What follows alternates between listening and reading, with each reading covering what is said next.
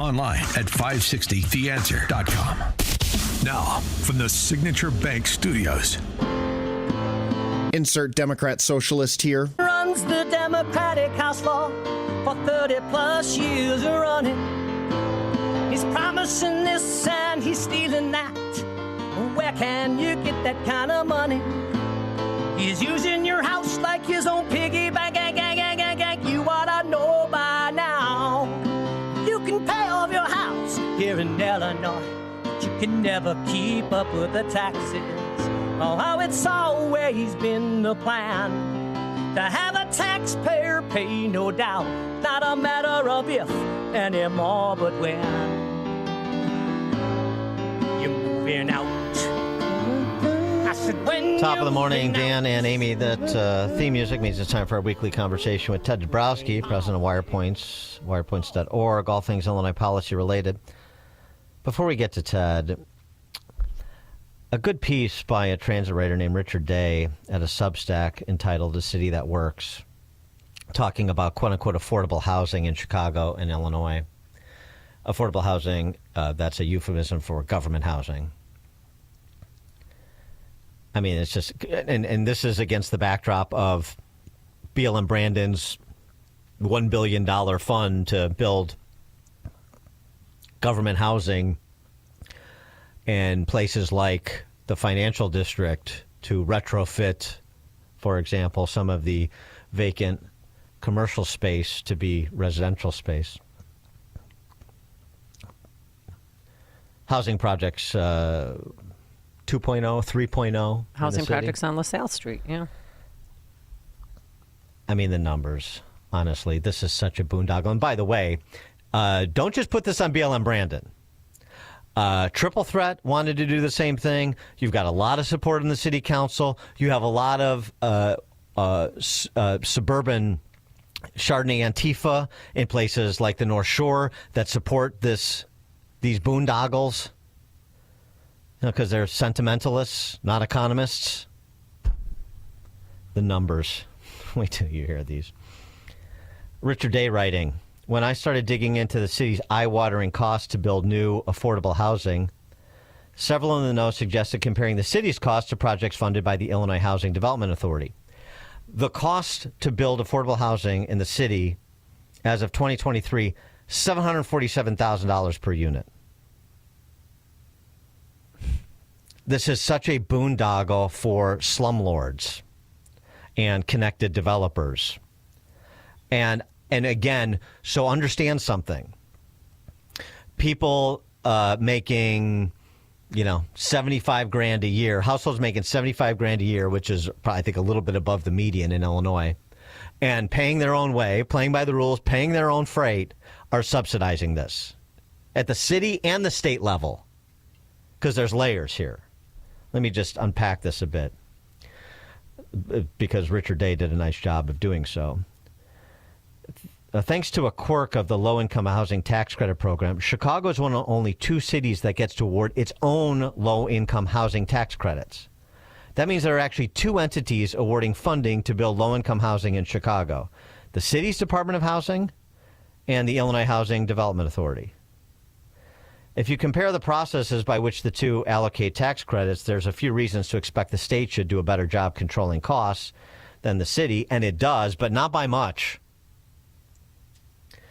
The city's tax credit plan doesn't include any defined preference for lower cost projects. In fact, it doesn't include any clear scoring criteria at all. The city has this is Richard Day's characterization. The city has an insanely specific set of design requirements outlined in the Architectural Technical Standards Manual. The state's is similar and somewhat more flexible. State has a cap on hard construction costs of $398 per square foot and a 10% higher cap for buildings with green building certifications. State-funded tax credit projects do end up costing less than city-funded ones. But between 2019 and 2023, the annual cost for new state-funded projects came in at $454,000, which is about 15% cheaper than the city's $519,000. Both numbers are ridiculous. Ridiculous. Yeah. This is the housing equivalent of middle-income people financing Tesla purchases by the wealthy. Except you're going down market instead of up market, but the middle-income family that playing by the rules and paying their own freight is getting squeezed from both sides. That's the point. And the way that this is done, the state level agency, more predictable scoring. Unfortunately, it still prioritizes things that drive up costs. 10% of points are awarded for extra. This is in terms of project submittals for tax credits, which is what you need to make this viable from the developer point of view. Not just viable, but actually quite profitable. 10% of points are awarded for extra accessibility features. 13% of points are awarded for additional energy efficiency criteria. 15% are awarded based on the makeup of the development team. Makeup of it, in other words, identity politics. Exactly. 4% are headed out to nonprofit developers. Only 3% of scorecard points are awarded based on project costs. Of course not. It's other people's money. Sky's the limit. I mean, it's really something. And again, the city and the state are doing projects in the city. The state's doing it a little bit more efficiently. They're both doing it wildly inefficiently because it's centrally planned housing. 454 versus 519 over the last 4 years, with the 2023 year being $747,000 per unit. Ted, thanks for joining us. Appreciate it. Thank you guys for having me on. So, I mean, you've looked at housing, these government housing proposals before, both, and the way these agencies operate. This is just another sort of below the fold fleecing of the people who play by the rules in this state that just doesn't get gets very little discussion because it's not in most people's neighborhoods, although that's increasingly not the case. And it's a little bit complicated. But, I mean, if you just look at the bottom line numbers and how these programs are administered, it's the typical identitarian boondoggle that we talk about in so many other aspects of government involvement in civic and commercial ventures. Well, it really is. There's a lot of layers to it, and it is complex, but it's only complex because they've made it so. Yeah. When you think about, so the real goal of affordable housing is just not to have the housing that's so damn expensive that ordinary people and low-income people can't afford it, and that's exactly what we have in places like Chicago. But the key thing is it has nothing to do with the identitarian politics as to why they don't have it. The big reason is because we don't rezone properly. We don't allow enough multifamily housing to be built. There's a lot of zoning restrictions. There's a lot of cost of building housing, and so you have limited housing growth in Illinois and in Chicago. And so that, of course, makes it unaffordable. So then you get the bureaucrats. This is where they come in. They have better ideas. They know better. And, they start putting in additional limitations or requirements, as you just read. I mean, those requirements for building affordable housing are crazy. And when you start adding in environmental cost and, choosing environmental requirements, and then you're having to choose and you limit which builders can work on things because of minority constraints and things like that. Suddenly you get the cost of balloon. And we wrote about that recently. Yeah, you start getting projects, affordable housing that cost $800,000 per unit. That means that there's a big, massive loss for taxpayers when those things are rented out to people at much, much lower cost. So it's bastardized. And of course it's you got these politicians who have no idea, because this is complex. I mean, most people don't know about this stuff. You have politicians weighing in, and they create a mess, and that's exactly what we have. And by the way, I mean, this is a bad idea everywhere it's tried, but as per usual, it is the worst idea when it's tried in Chicago, because when you look around the country in other metropolitan areas that are doing some of the same thing, it's bad, but they're still delivering at a lower price point in terms of taxpayer cost than Chicago and Illinois, which again speaks to, whatever bad idea is being practiced everywhere, it's practiced in the worst possible way, the most expensive way in Chicago. Yeah, and what's interesting is we wrote about this, I think it was last month, but we looked at the housing stock in Illinois. I don't think we looked at Chicago only, but if you look at the housing stock growth in the country, right? So again, in theory, we want more housing. More housing means lower cost, right? And if we block the amount of housing that's built, then it means higher cost. And in Illinois, we had the second worst increase in the last 4 years. We've had the second worst increase in housing stock. It barely grew. It grew less than 1%. And so, combine that with all the regulations you put in, and it destroys the ability of ordinary people, low-income people, to get good housing. And, they bastardize the process, and this is what you end up with. And like you say, Chicago just makes what's bad even worse. I wanted to turn our attention to a recent look that you did on violent crime in Chicago, because violent crime dipped in April. And so Brandon Johnson, as he has said, knows what works, and they're doing what works, and it's working, right? Yeah. Well, I mean, finally, after we were lagging, we've been lagging the country, and I remember this exactly a year ago. We reported that violent crime had reached a record high midway through last year, midway through 2024. So while the rest of the country was experiencing great improvements, we weren't. Luckily, we've started to follow the national trend, and the national trend has been. I just went through this, going through the data just over the last couple of days. Massive drops across the country. You've seen some cities go back to 2014 murder levels, which is when we're hitting national lows. So that's where we were. And at the end of 2014, we were still above our 2019 levels. So we're finally this year now getting to below 2019 levels, and that's good. And what we wrote is that less bloodshed is good. It's less bloodshed, and that's good for Chicago.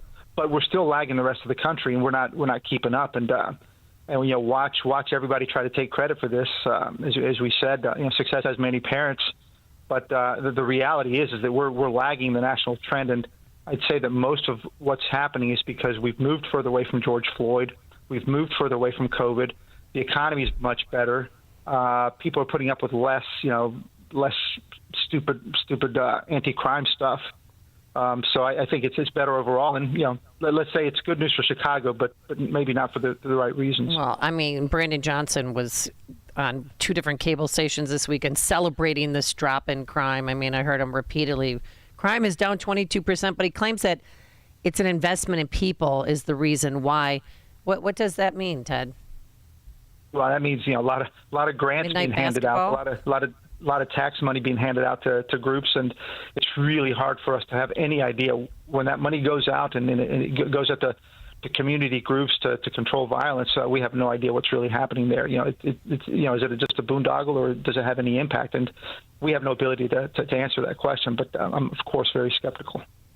Right. It's never their fault when you see crime increase on their watch, and it's always their accomplishment when crime decreases. And you say, as you point out, sort of national trends in this direction, although Chicago continues to be a laggard.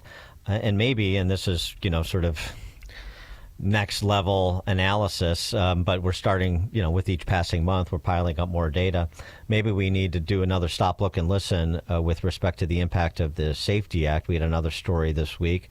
Man who tried to kill Chicago cop during traffic stop was on felony pretrial release.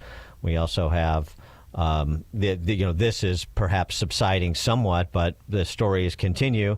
Venezuelan migrant said to be high-ranking TDA, Tren de Aragua, charged with kidnapping 3 women who were shot in January. He's facing armed kidnapping charges, unlawful restraint following the abduction and shootings of 3 women in the South Shore in January of this year. So we're not seeing the same influx of who knows who from wherever, and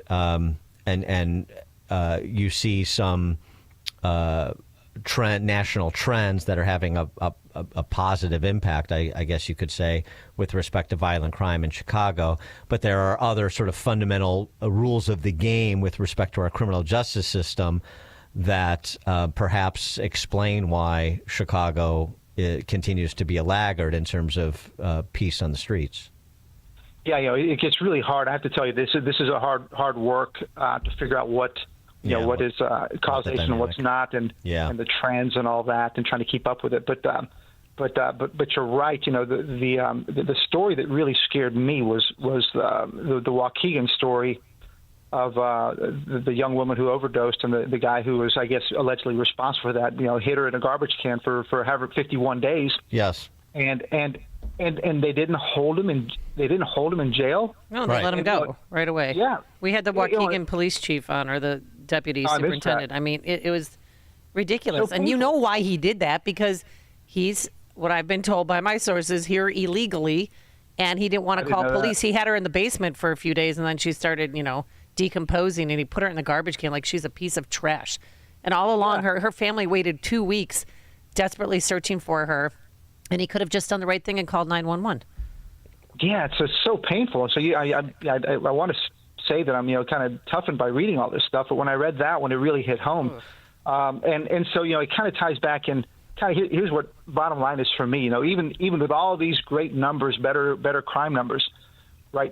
Chicago has 141 murders this year through mid-May, and New York City, with triple the population, more than triple the population, has just 104. So 141 in Chicago, 104 in New York City, and 85 in Los Angeles. So it's you got to be careful how you celebrate, and that's why I say it's good that we have lower crime, because that means fewer people are being killed in Chicago, but we're still an outlier, and we still have problems. So the only real celebration should come when we actually catch up with other cities, when we're not the outlier, and then we lower our crime rates to those of like New York City and Los Angeles, and that's when we know we're doing things well. Ted Dabrowski, President Wirepoints, wirepoints.org, all things Illinois policy related. Thanks, Ted. Thank you, guys. Thank you, and he joined us on our turnkey.pro answer line. Connect with Dan and Amy using the AM 560 mobile app. Download it today at 560theanswer.com/mobile. Enjoy uninterrupted programming from Dan Proft and Amy Jacobson around the clock, all day, every day, including daily replays of Chicago's Morning Answer on Dan and Amy 24/7.